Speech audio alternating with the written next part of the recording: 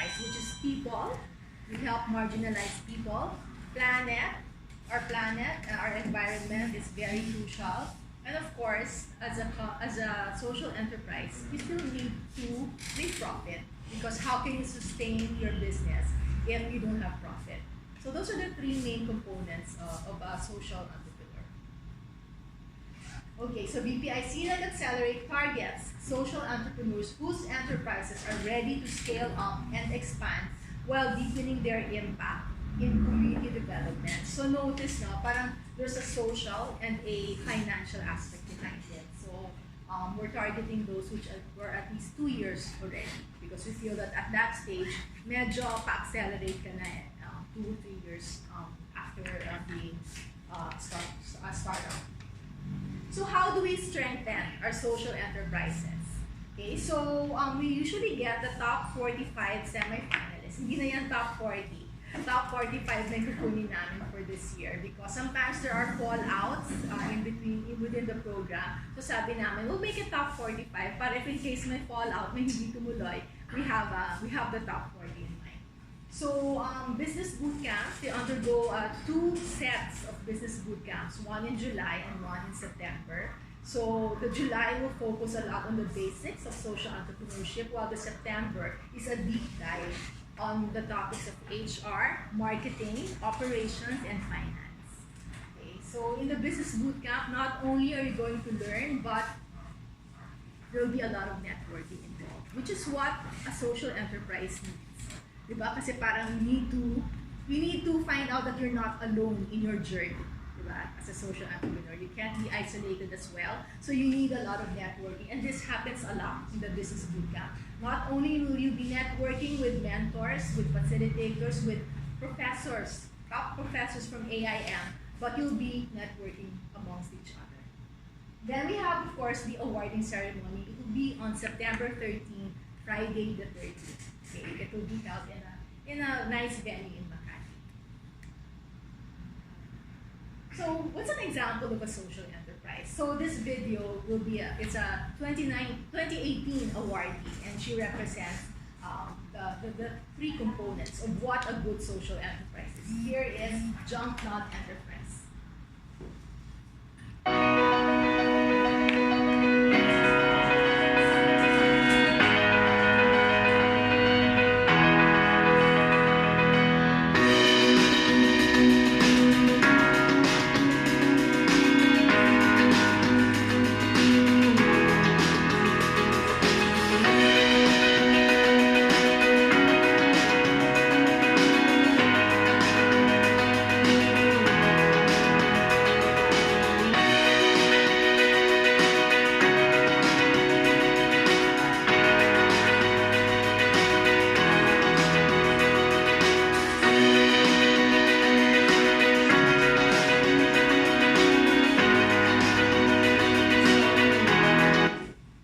Sweet video, pero you see the essence of it, no? See Willie Garcia right now, I see her Facebook post, she's in SM or BGC right now. She has a fair to attend. No? She's been wowing a lot of people, especially foreigners. Impressed sila sa product na ginagawa niya. She actually upcycles plastic. So, tutulungan niya yung mga tao sa barangay in Tagaytay. And then, so she helps poor nanays. Instead of tambay lang sa kanto or what, she helps them, she gives them livelihood. Pupulot lang ng mga plastic. And then, she's an interior designer. She turns them into beautiful chairs, beautiful high tables, beautiful products talaga. So, there we can see na she's very environmentally conscious, and at the same time, she's helping the livelihood of the nanay. So, nahihit niya yung people and planet portion. And of course, I'm sure kumikita rin naman siya in terms of profit. So, that's Willie Garcia for you from Junk. So she actually won $500,000 pesos for she was top 5 of BPI Sinag competition. Okay. So, ang pinaka-exciting portion of this program, we're very, very, very privileged to have with us one of the winners in 2017, no, Sir Joby? 2017, actually, surprise win din siya, di ba? Very talaga, providential that he got into the top 5. So he got $500,000 pesos. I won't, without any further ado, he he has actually an event in Manila. So pumunta siya Manila and then he came back here to Iloilo just to be with you guys. So yung precious time niya, ganun siya ka-passionate about informing about helping you guys, helping social entrepreneurs, and promoting as well what he's doing, because it's a wonderful thing, yung SRI program niya, yung System of Price Intensification. He knows more about it, so hindi ko na patatagalin. Sir Joby Arandela, let's give him a warm round of applause. Thank you. Ngayong hapon, good afternoon everyone. So, I'm Joby Arandela. I'm from Haro, but I'm working with a group of farmers here in Zarraga, the municipality of Zarraga, Iloilo. And it all started back in 2015 when I tried out this method of cultivating rice in an organic and in a way which is climate and environment friendly. And it produced good results. So I wanted to promote this to the neighboring farmers and other communities. But then you know how it is, trying to circumvent the influence of chemicals, their dependence. So it was very hard for us. But I think the key there then was to have a core group of like-minded farmers who are passionate about the environment as well. Aside from providing healthy food. So we kept on with our project to the point that we were able to gather 13 farmers initially, and it was around this time, starting of May, and the rains would be coming June, and we had the vision and the idea to start the project, but we didn't have any funds. So therein was a problem. Fortunately, we were able to meet with one of the CEOs of an environmentalist from the States, John Rula, who is the CEO of Nativa, which is one of the leading organic superfoods, producer of organic superfoods. And he was able to give us a jump start. Anyway, the problem we realized at ground zero in the farms, we knew that the inputs were the cost for the fertilizers and pesticides and all other agriculture inputs. If you cultivate the conventional way, it was just increasing. That's number one. Number two, the farm gate price of paddy rice or palay remained pretty much the same for decades now. So it never reached the 17 peso mark per kilo when the middleman bought it from the farmers during harvest. And another problem was that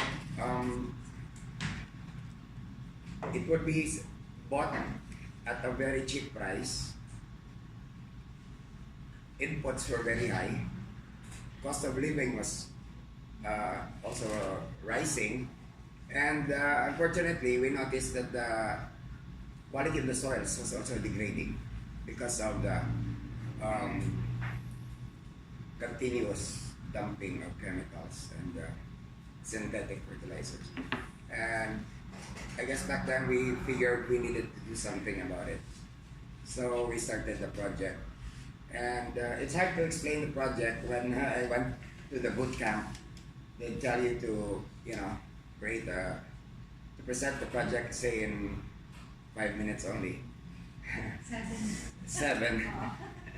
Yeah, so that's one of the things you learn. But I guess I have a little more time here. We took on the project not just to tell the farmers to plant organic. We taught them, we undertook the whole value chain. So from preparation for organic fertilizers, training the farmers, monitoring, mentoring them while they cultivated, and upon harvest, the drying, the milling, and eventually the packaging, labeling, and the marketing. So we took on the whole value chain. And we're hoping that this model would get rid of one of the elements in the value chain which seemed to drive away the profit from the farmers, because the unscrupulous and exploitative middlemen and traders. So for a while we were able to progress quite well with by soliciting help from government agencies, DA, DST, DTI. And then Sinag, we applied for Sinag after we got back in 2017. But back then we already had a rice mill from the UST, so we were already able to increase the quality of the mill. The final product is red or black rice, right? And I think from our perspective, even before we joined this, we wanted to raise not only the quality of the products, but as well as the quality of the processes and the workflows in the farms to become world class, to make us more competitive not only in the region or in the nation or in the regional ASEAN arena, but also globally, you know. And I think that vision we kept at it until we were able to improve even the packaging. So when we joined Sinag, only then did we realize that we were actually, all the while since 2015, what we were doing pretty much fits perfectly with the definition of a social entrepreneur or a social enterprise. So I think if, as a social enterprise, you need not be told that you're a social entrepreneur. I think what you're doing passionately to provide impact, create impact in society with all your heart, I think that's one of the key things which will get you going. And true enough, I think that's probably one of the biggest differences we have among other initiatives which started along this same road, is that we had this advocacy and we were passionate about it because that kept us going in the most difficult of times, the challenges, the obstacles. Anyway, when one of the keywords here, when I joined, of course, social enterprise, and one of the keywords in the program is actually accelerate. So as differentiated from just normal growth, indeed the program has helped ZIDOFA, the Farmers Association, accelerate their program and their growth as an enterprise. Since then, we have been able to attract farming organizations from other communities in Capiz, within Iloilo, Barotac Viejo, Lambunaw, Oton, Yulisena, Capiz, Dao Antique. So we were able to spread and promote this environment-friendly method of rice cultivation. We were able to train more farmers and have them try it. Also, the boost from BPI Sinag allowed us to explore other innovations which we may not have otherwise to explore or to think about had we just been focusing on rice production. So since then, we've already partnered with the Iloilo Science and Technology University to develop biodegradable packaging based on locally available rice materials such as rice straw or banana stalks. I'm very quick. No, I'm very quick. It's a nursery. Kala ko nga pala na hindi.